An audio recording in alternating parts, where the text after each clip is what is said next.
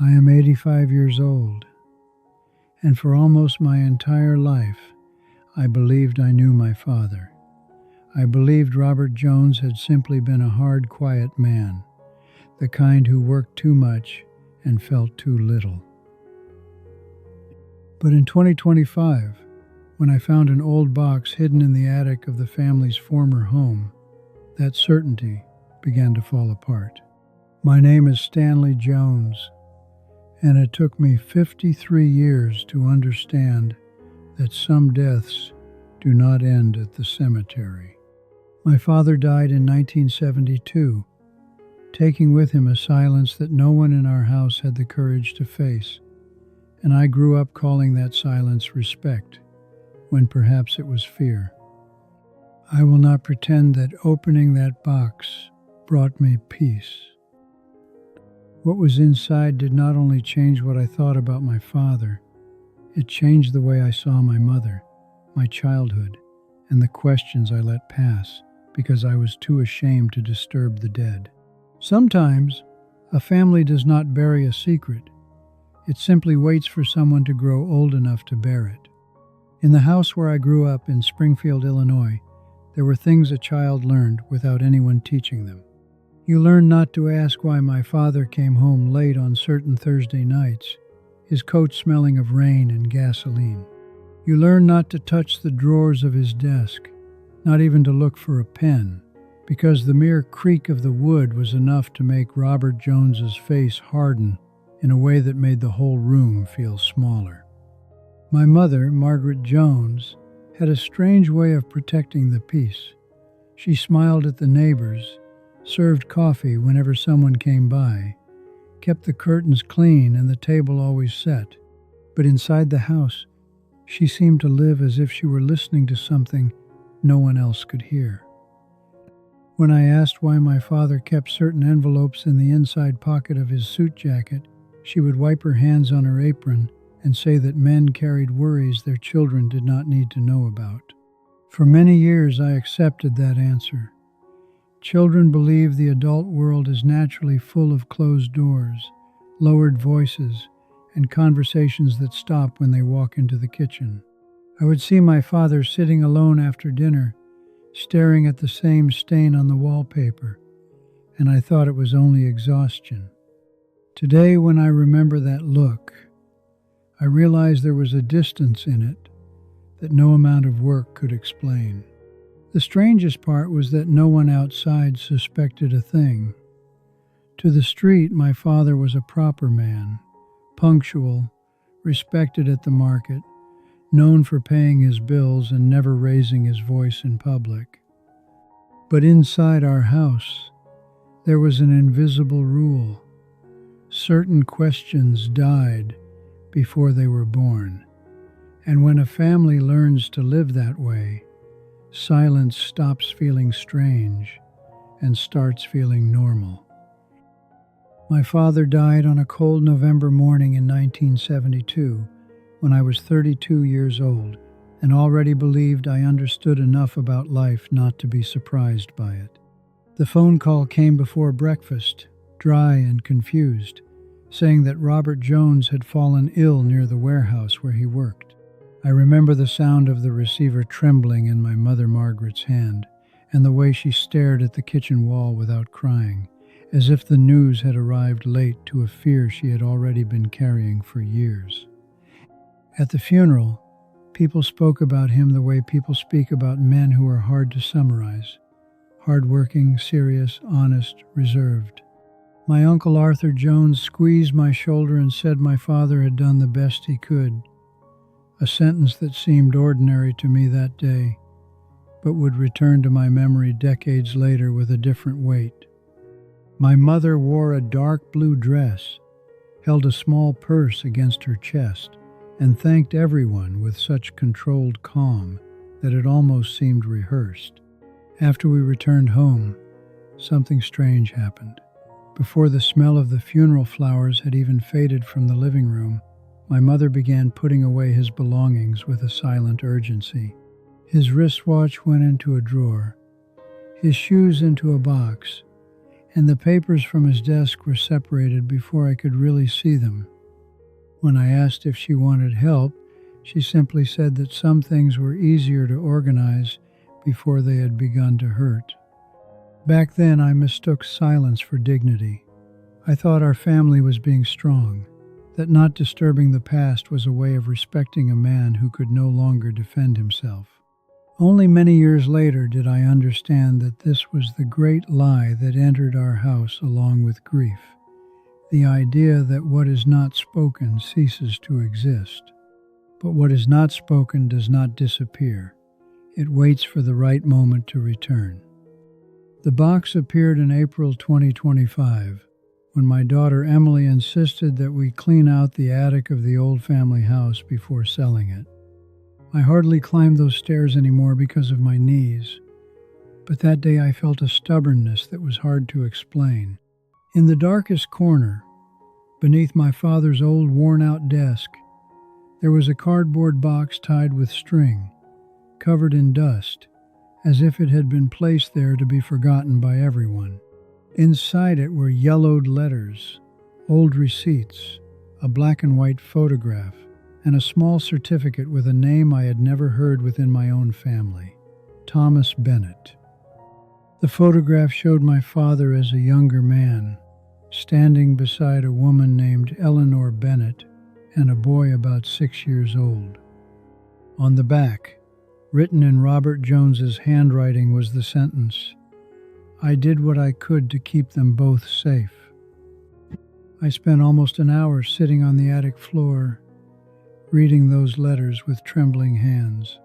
Thomas Bennett was Eleanor's son, a woman my father had known before marrying my mother, and for years he had secretly sent money to help the boy after Eleanor became ill. It was not a double life, as I imagined in those first few minutes, nor a betrayal that was simple to understand. It was an old promise, made before I existed, that my father carried alone until he died. What destroyed me most was not discovering that he had hidden money, letters, or a photograph. It was realizing that I had spent 53 years judging his silence as coldness, when perhaps part of that silence was guilt, loyalty, and fear of destroying the family he was also trying to protect. My mother knew something, perhaps not everything, and she guarded it like someone holding a door shut during a storm. That day, I understood that my father had not taken only a secret to the grave. He had taken an entire version of himself that I never had the chance to know. After I found that box, I started remembering other people I had known who also spent their lives surrounded by incomplete truths. One of them was Daniel Miller, a colleague who worked with me for nearly 20 years at an insurance company in Peoria. Daniel had not spoken to his older brother since the 1980s because he believed his brother had stolen money from their mother shortly before she died. But when Daniel was already retired, he found old bank statements and discovered that his brother had not stolen anything. The money had been used to pay for a treatment their mother had asked to keep secret because she did not want her sons to know how sick she really was. Daniel told me this with red eyes, not because of the money, but because he had lost 30 years of lunches, phone calls, and birthdays over a story no one had the courage to explain. I also remember Grace Walker, a neighbor on our street, a quiet woman who tended her garden every morning as if every flower were an obligation. She spent decades believing her mother had abandoned her sister out of pride until she discovered, after 70, that there was a letter hidden inside an old Bible. Her mother had tried to find her sister for years, but the letters never arrived because a relative decided that reopening that wound would only bring shame to the family. Those stories taught me something I only understood far too late. Silence rarely hurts, only the person who keeps it. It crosses the dinner table, changes the way siblings look at each other, creates distance between children and parents, and turns ordinary people into judges of a story they never heard in full. When a truth stays locked away for too long, it is not only the past that begins to rot, the present starts living on top of the wrong version. The great lie I believed for 85 years was this: what goes unsaid ceases to exist. I thought my father's silence was a lack of love, a lack of courage, or simple indifference. But after that box, I realized some people do not stay silent because they feel nothing. They stay silent because they do not know how to survive what they feel. For decades, I thought Robert Jones was only a cold man. Then I began to remember the small gestures I had dismissed. The coat he placed over my shoulders when I fell asleep on the couch, the money he left hidden in the kitchen when the bills were tight, the way he watched me leave for work without saying a word, but always stayed at the window until I turned the corner. For a long time, I also thought my mother, Margaret Jones, had been weak for accepting a life surrounded by unanswered questions.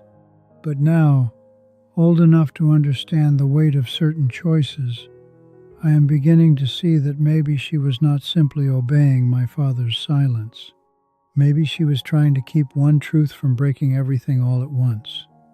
And I thought my childhood had been simple, only marked by a distant father and an overly careful mother. But the box showed me there was a second story living underneath the first, influencing every silent dinner, every hidden envelope, every interrupted conversation. The past does not need to shout to rule a home. Sometimes it is enough for everyone to be afraid of asking the right question. After I opened that box, I did not become a wiser man overnight. The truth did not make me calmer. It only made me more responsible for what I would do with it. I spent weeks rereading those letters, looking for dates, comparing receipts, trying to understand where my father's mistake ended and where my own rush to judge him began. My daughter Emily helped me search through old records at courthouses, local newspapers, and city archives.